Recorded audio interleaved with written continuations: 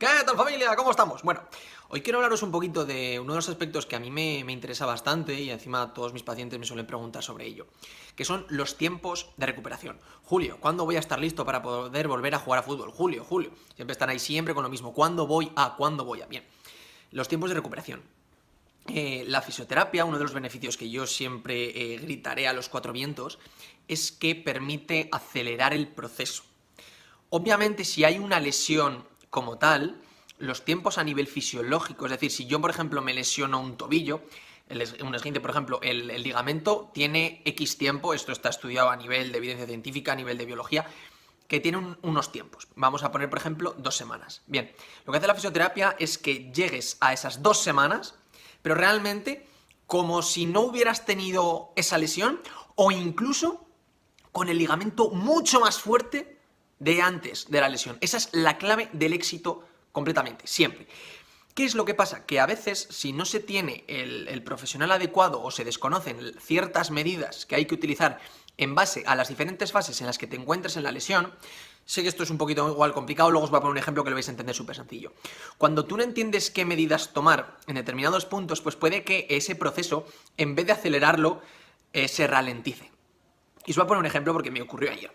Viene una madre con un niño de 9 años que se había retorcido el tobillo en la escuela y se había caído. Bien, va al médico. Ya sabéis, yo es que siempre os digo lo mismo, que los médicos son muy buenos, hay muy buenos profesionales, pero hay otras situaciones en las que, pues, por X motivos, pues porque no tienen tiempo, porque no tienen recursos o por las características del médico, yo siempre abogo por la medicina. Bien, el médico tomó la decisión de dejar a ese niño de 9 años con 2 muletas, una venda y 10 días de reposo en las que no apoyara el pie. Pues bien, yo obviamente no soy quien para, digamos, decirle al médico lo que tiene o lo que no tiene que hacer o contradecirle, pero claro, la madre en cuestión me vino a mí porque quería una segunda opinión, porque en un niño de 9 años ella no vio oportuno el dejarle 10 días sin apoyar ese tobillo. Pues bien, yo obviamente también soy muy partidario de el reposo absoluto cero patatero. A nivel de evidencia científica vamos, está súper demostrado que dejar un tobillo 10 días de reposo absoluto, a no ser que sea una fractura, obviamente, por al final, si eres fisioterapeuta y conoces realmente el tipo de lesión que tiene tu paciente, pues le vas a poder asesorar mucho mejor. Y en ese caso, en un esguince, en un niño de 9 años, pues lo que tiene que hacer es intentar cargar ese tobillo cuanto antes. Pues bien, yo valoré al niño, el niño la verdad es que movía el tobillo bastante bien. ¿Qué pasa? Que obviamente ayer era lunes, no, ayer era martes, pues se lo hizo el lunes. ¿Qué es lo que ocurre? Que estaba muy reciente. Yo siempre hablo, por ejemplo, hablé en mi masterclass sobre la fase inflamatoria, que son los 2-3 primeros días después de la lesión. Y es normal que lo tenga sensible, pero hasta ahí. Yo lo valoré, probé con él, vi que podía mover el tobillo, vi que podía cargarlo, y como resultado final de la sesión, el niño se fue caminando. Yo le puse un vendaje, le hice unos ejercicios, se fue caminando y sin muletas. Obviamente le dolía un poquito, pero es que no tenía nada que ver. El niño estaba súper contento y súper motivado porque se veía sin muletas y se veía caminando. Entonces, la madre todo el rato me estaba mirando en plan, ¿qué narices estoy viendo?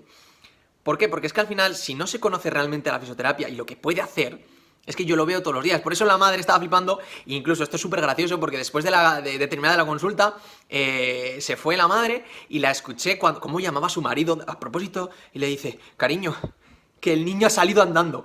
O sea, imaginaos la maldita alegría que me dio ayer cuando la escuché. Dije, no te creo.